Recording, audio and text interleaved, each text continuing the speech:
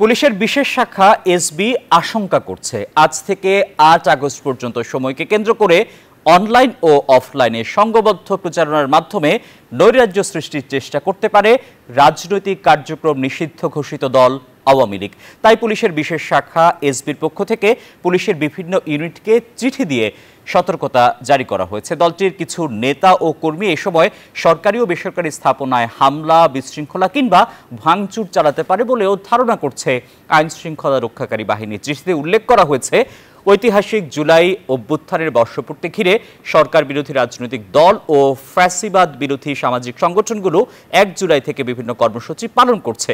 এই ধারাবাহিকতায় ২৯ জুলাই থেকে ৮ আগস্ট পর্যন্ত সময়কে বিশেষ গুরুত্বপূর্ণ হিসেবে চিহ্নিত করা হয়েছে।